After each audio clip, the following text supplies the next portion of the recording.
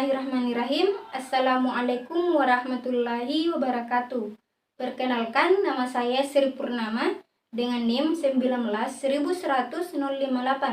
Jadi, dalam video kali ini saya ingin memaparkan materi yang berjudul Langkah-langkah umum penggunaan laboratorium bahasa dalam mata kuliah media dan sumber belajar PAI yang diampu oleh Bapak Dr. Usman Noer MAG. Baiklah, jadi untuk menyelenggarakan pembelajaran bahasa komunikatif di laboratorium bahasa, ada prinsip-prinsip penting yang perlu diperhatikan dan dipahami. Nah, yang pertama, transfer of information, yaitu latihan berkomunikasi harus melibatkan transfer informasi dari peserta didik yang satu kepada yang lain. Tanpa adanya transfer informasi, prosesnya tidak dapat disebut sebagai kegiatan atau latihan komunikasi. Nah, yang kedua, information gap, yaitu supaya terjadi transfer informasi, maka harus ada kesenjangan informasi di antara peserta didik. Nah, artinya dalam situasi berkomunikasi satu pihak mempunyai informasi yang akan transfer, sedangkan yang lain tidak memiliki informasi tersebut. Nah, apabila kedua pihak mempunyai informasi yang sama, maka situasi itu bukanlah situasi berkomunikasi, tetapi hanya merupakan komunikasi semu.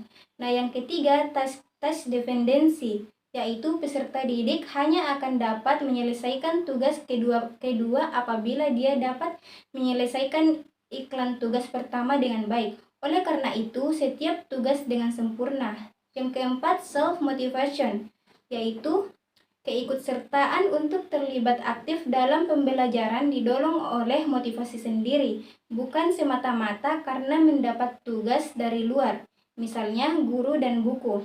Nah, yang kelima yaitu student-centered activity, kegiatan yang berpusat pada kepentingan sesama peserta didik, bukan semata-mata untuk memasukkan tugas terstruktur dari guru.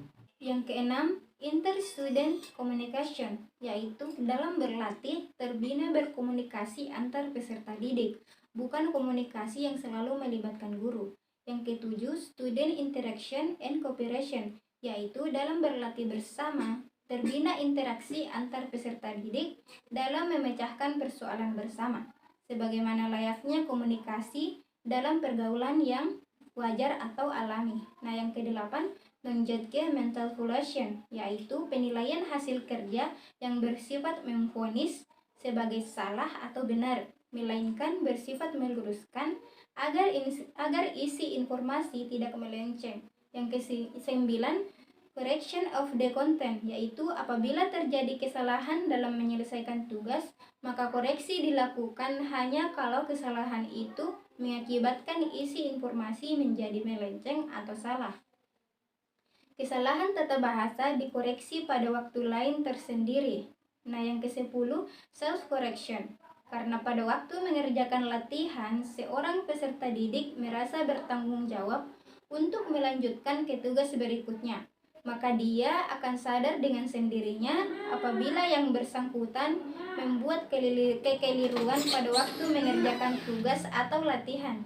Nah, yang ke-11 yaitu subconscious working on grammar, yaitu menguasai kaidah tata bahasa secara tidak langsung melalui kegiatan berkomunikasi dengan bahasa target. Nah, yang ke-12 group problem solving, yaitu berdiskusi, kalau perlu berdebat secara sehat di antara rekan sekelompok dengan tujuan memecahkan masalah yang dihadapi bersama.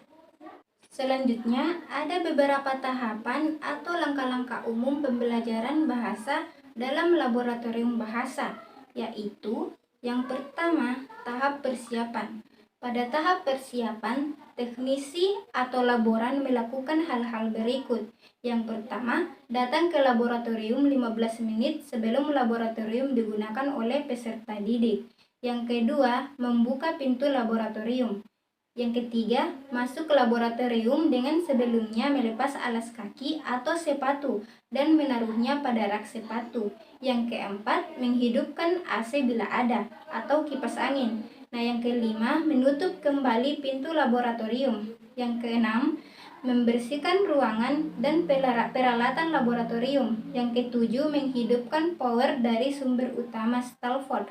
Yang ke-8, menghidupkan power pada master console. Yang ke-9, mengecek fungsi kerja dari peralatan laboratorium satu persatu. 10, setelah semua dicek dan semua berfungsi dengan baik, mematikan power satu persatu dengan urutan kebalikan dari proses penyalaan. Yang ke-11, menyiapkan presensi peserta didik dan guru. Yang ke-12, menyimpan alat bantu lainnya, misalnya OHP, LCD, laptop, layar bila tersedia dan diperlukan. Nah, yang kedua yaitu tahap pembelajaran. Yang pertama, guru menyalakan master console. Nah, yang kedua, guru memeriksa fungsi kerja dari perangkat lunak yang akan dipakai dalam pembelajaran. Yang ketiga, guru menyuruh peserta didik masuk ke dalam laboratorium dengan meninggalkan tas dan sepatu pada rak yang telah disediakan. Yang keempat, guru menutup laboratorium. Nah, yang kelima, peserta didik duduk pada meja masing-masing dengan tertib. Yang keenam, guru memulai pelajaran dan memberi instruksi agar peserta didik menggunakan alat yang diperlukan. Nah, yang ketujuh, pembelajaran berlangsung. Nah, yang kedelapan, guru mengakhiri pembelajaran. Nah, yang kesembilan, peserta didik mengembalikan alat yang dipakai ke tempat semula dengan rapi.